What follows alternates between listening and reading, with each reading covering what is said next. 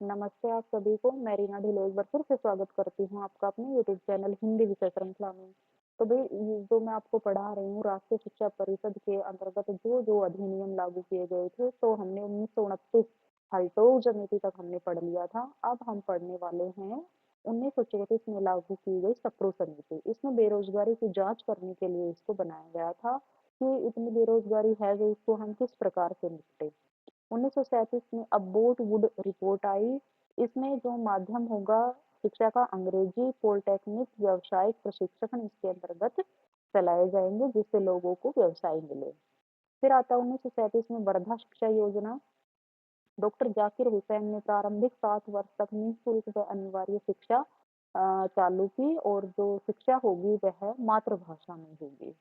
1944 में sergeant report आई। इसके अंतर्गत विश्वविद्यालय अनुदान आयोग, जिसको आप यूजीसी पढ़ते हैं और आपका जो नेट ग्यारह का पेपर कंडक्ट करवाता है, की स्थापना हुई और 3 वर्ष का डिग्री कॉलेज भी लागू किया गया जो आप फर्स्ट ईयर, सेकेंड ईयर और फाइनल ईयर पढ़ते हैं। वो सब 1944 में सार्जेंट रिपोर्ट के अंतर्गत आया था जो आज भी लागू है। अब आता है स्वतंत्रता के बाद उच्च शिक्षा। ये तो थे हमारे स्वतंत्रता से पहले वाले। अब देखते हैं बाद वाले।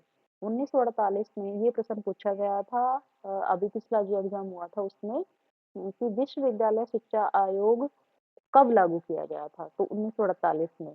ठीक है। इसको हम राधा कृष्णन आयोग भी कहते हैं। डॉक्टर सर्वपल्ली राधाकृष्णन की अध्यक्षता में यह आयोग स्थापित किया गया। माध्यमिक शिक्षा हमारी कच्ची कड़ी है। जब हमने इस पर विचार विमर्श किया तो पता चला कि जो माध्यमिक शिक्षा है वह कड़ी हमारी कमजोर है। प्राथमिक और उच्च शिक्षा ठीक है, परंतु जो माध्यमिक शिक्षा है वह कच्ची कड़ी है, उसमें सुधार की आवश्यकता है। उसके बाद 1952 में माध्यमिक शिक्षा आयोग लागू किया गया। डॉक्टर लक्ष्मण स्वामी मुदालियर की अध्यक्षता में 1952 में स्थापित हुआ। वस्तुनिष्ठ प्रश्न इसमें दिए जाए, बच्चों को सांकेतिक अंक दिए जाएं जिससे उनका इंटरेस्ट बढ़े उन प्रश्नों जो भी शिक्षा है उसके अंतर्गत।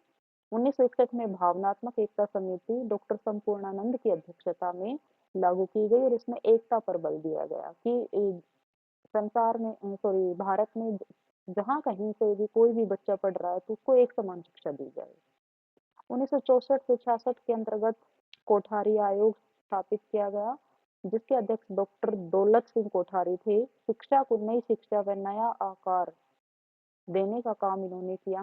4 वर्ष का ऑनर्स कोर्स और युवा वर्ग लाभ उठा सके, इसके लिए देश की प्रगति हो। 1968 में त्रिभाषीय सूत्र आया। त्रिभाषीय सूत्र में एक भाषा हिंदी, एक अंग्रेजी और एक आधुनिक भारतीय भाषा, वह दक्षिण की भी कोई भी भाषा हो सकती है। तमिलनाडु ने इसे नहीं अपनाया था, आज तक नहीं अपनाया है। 1972 में 10+2+3 शिक्षा पद्धति को अपनाना, जैसे कि बच्चा पहले 10 तक पढ़ाई करे, फिर 11th 12th करे और फिर अपने जो भी कॉलेज है, बैचलर डिग्री है उसको। 1966 में भारतीय शिक्षा कमीशन लागू किया गया। ठीक है, तो इसी के साथ ही भाई मैंने आपको स्वतंत्रता से पहले और बाद वाले आयोग करवा दिए हैं। अभी कुछ और बचते हैं, वो मैं नेक्स्ट वीडियो में करवाऊंगी, अन्यथा वीडियो ज़्यादा लंबी हो जाएगी। तो इसी के साथ ही मैं विदा लेती हूँ और आपको यहाँ से थोड़ी बहुत भी आवश्यक जानकारी लग रही है, आपके लिए इम्पोर्टेंट है, आपको यहाँ से फायदा मिल रहा है कुछ, तो आप चैनल को सब्सक्राइब कर सकते हैं। धन्यवाद।